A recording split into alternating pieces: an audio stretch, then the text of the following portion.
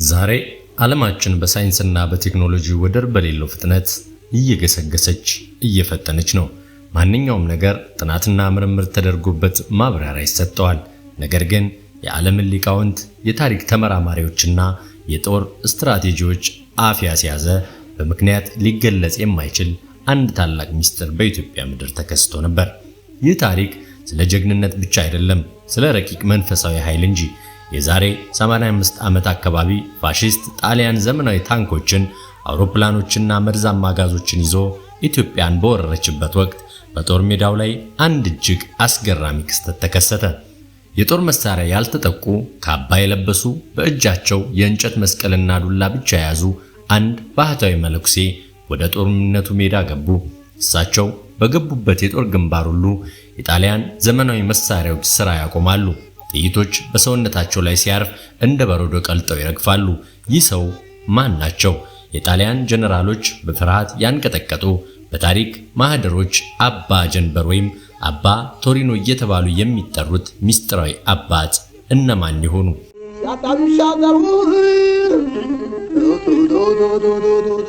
ውድ የከበሮ ቲዩብ ቻናል ተከታታዮች ለዛሬ የዚህን ታላቅ አባት ታሪክ ይዘን መጥተናል። ቪዲዮውን እስከ መጨረሻው እንድታዩት ጋበዝን። ታሪኩ የሚጀምረው ከጦርነቱ ዓመታት በፊት ነው። አባ ጀንበር ዓለምን የናቁ፣ ካባና ማቅ ለብሰው በዱርና በገደል የሚኖሩ ታላቅ ባህታዊ ነበሩ። በጎጃም በሸዋና በተለያዩ ገዳማት ውስጥ ሌሊቱን በጸሎት ቀኑን በጾም ያሳልፉ ነበር። ሰዎችን በስጋዊ አይናቸው ሳይሆን በመንፈሳዊ ማንነታቸው የሚያዩ የወደፊቱን መተንበይ የሚችሉ ድንቅ አባት እንደነበሩ ይነገራል። ዓለምን ጥለው ወደ ጫካ የገቡት እኚህ አባት ሀገራቸውና ቤተክርስቲያን አደጋ ላይ ሲወድቁ ዝም ብዬ መመልከት አልችልም ይላሉ።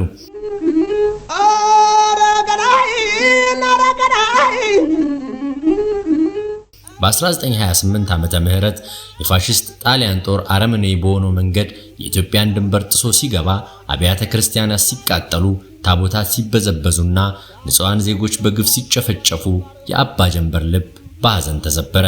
በዚያን ጊዜ ነበር እግዚአብሔርን ተማጽነው ሀገሬንና ሕዝቤን ከአውሬው ለመጠበቅ እኔም መከታ አድርጌን በማለት የወገባቸውን ሰንሰለት ሳይፈቱ የእንጨት መስቀላቸውንና ዱላቸውን እንደያዙ በቀጥታ ወደ ጦርነት ግንባር ያመሩት።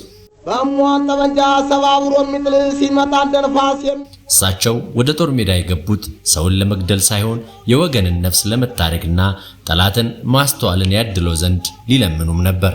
አባ ጀንበር ወደ ጦርነቱ ግንባር ሲደርሱ የአርበኞች ሰራዊት በከፍተኛ ድንጋጤ ውስጥ ነበሩ። የጣሊያን ጦር በዘመናዊ መሳሪያዎች የታገዘና የጦር አውሮፕላኖችን በሰማይ ያሰማራ በመሆኑ አርበኞቹ ወደ ኋላ እያፈገፈጉም ነበር። በዚያ አስፈሪ ሰዓት አባ ጀንበር ወደፊት በመጋደም አርበኞቹን አትፍሩ፣ የሰማዩ ሰራዊት ከኛ ጋር ነው በማለት ያበረታቷቸው ጀመር። የጣሊያን ወታደሮች መነኩሴውን ሲመለከቱ በቀላሉ የሚገደሉ መስሏቸው ነበር። ማክሲምና የተለያዩ ከባድ መሳሪያዎቻቸውን በአባ ጀንበር ላይ አነጣጠሩ። ትዕዛዝም ተሰጠ። በመቶዎች የሚቆጠሩ እሳታማ ጥይቶች ወደ አባ ጀንበር ተተኮሱ። በወቅቱ የነበሩት አርበኞች እንደመሰከሩት ጥይቶቹ በአየር ላይ ሲበሩ ድምጻቸው ይሰማ ነበር። ነገር ግን ጥይቶቹ የአባ ጀንበርን ሰውነት ሲነኩ እንደ ተኩስ ብረት አልነበሩም፣ ይልቁኑ እንደ በረዶ ቀልጠው መሬት ላይ ይረግፉም ነበር ብለዋል።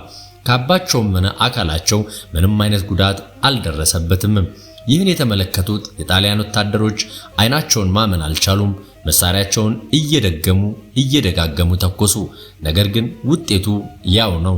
ጥይት የማይበሳው መለኮታዊ ጋሻ አባ ጀንበርን ከቦት ነበር። የአባ ጀንበር ውጊያ ከመደበኛ የጦርነት ስልት ውጪ ነበር። እሳቸው ጠላትን ለመምታት ጠመንጃ አልታጠቁም። ይልቁኑ በእጃቸው የያዙትን የእንጨት ዱላ መሬት ላይ ሲመቱት ወይም የተወሰነ ቅጠሉን ቀንጥሰው ወደ ጠላት ሰራዊት ሲበትኑ በጣሊያን ጦር ውስጥ ከፍተኛ መደናገጥና እብደት፣ ውዝግብ ይፈጠራል። ቅጠሉ በወረደባቸው ወታደሮች ላይ ከፍተኛ ፍርሃት ይወድቅባቸዋል። አእምሯቸው ይናወጣል። የጣሊያን ወታደሮች የራሳቸውን ጓደኞች እንደ ጠላት አርበኛ አድርገው ማየት ይጀምራሉ። በዚህም ምክንያት እርስ በርሳቸው መተኮስና መጋደል ይጀምራሉ።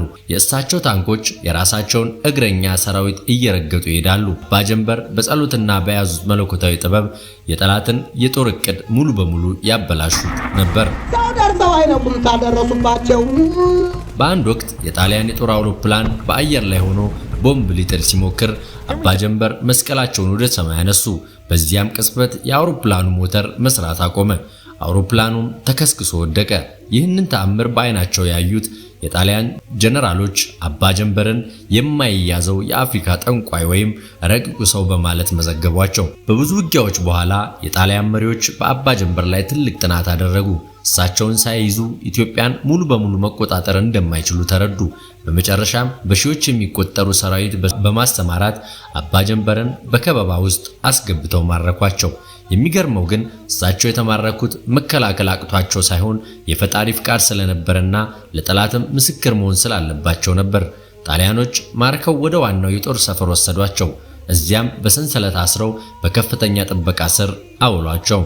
በምርኮ ላይ ሳሉ የጣሊያን ጀነራሎች ጠየቋቸው፣ አንተ ማነህ? ምን አይነት መድኃኒት ወይም ጥበብን የምትጠቀመው? ጥይት የማይበሳ ለምንድን ነው?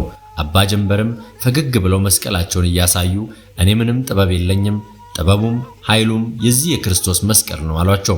በኋላም ወደ ጣሊያን ሀገር ቶሪኖ ከተማ ተወስደው በምርምር ማዕከል ውስጥ እንዲቆዩ ተደረገ። በዚያም በርካታ ተአምራትን በማሳየታቸውና የጣሊያንን ሳይንቲስቶች ጉልበት በማንበርከካቸው ከአገራቸው ስም ጋር ተያይዞ አባ ቶሪኖ የሚል ስም ተሰጣቸው። ሀገራችን ነፃ ከወጣች በኋላ በክብር ወደ ሀገራቸውም ተመልሰዋል።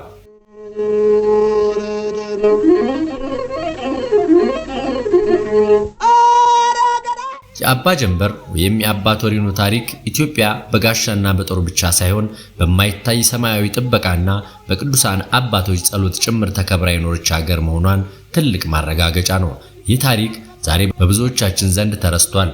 ነገር ግን በታሪክ ማህደሮችና በአርበኞች ልብ ሁሌም ሕያው ሆኖ ይኖራል። ውድ የቻናላችን ቤተሰቦች ስለዚህ ድንቅ እሳታማ አባት ስለ አባ ጀንበር ምን ተሰማችሁ? እናንተስ በአካባቢያችሁ ስለሚነገሩ የነዚህ አባት ተአምራት የምታውቁት ነገርስ ምን አለ? ሐሳባችሁን በኮሜንት መስጫ ላይ አጋሩን።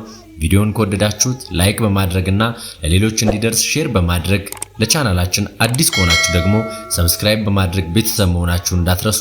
በቀጣይ በሌላ ቪዲዮ እስከምንገናኝ ሰላም ፍቅር ለሀገራችን ቸር ሰንብቱ።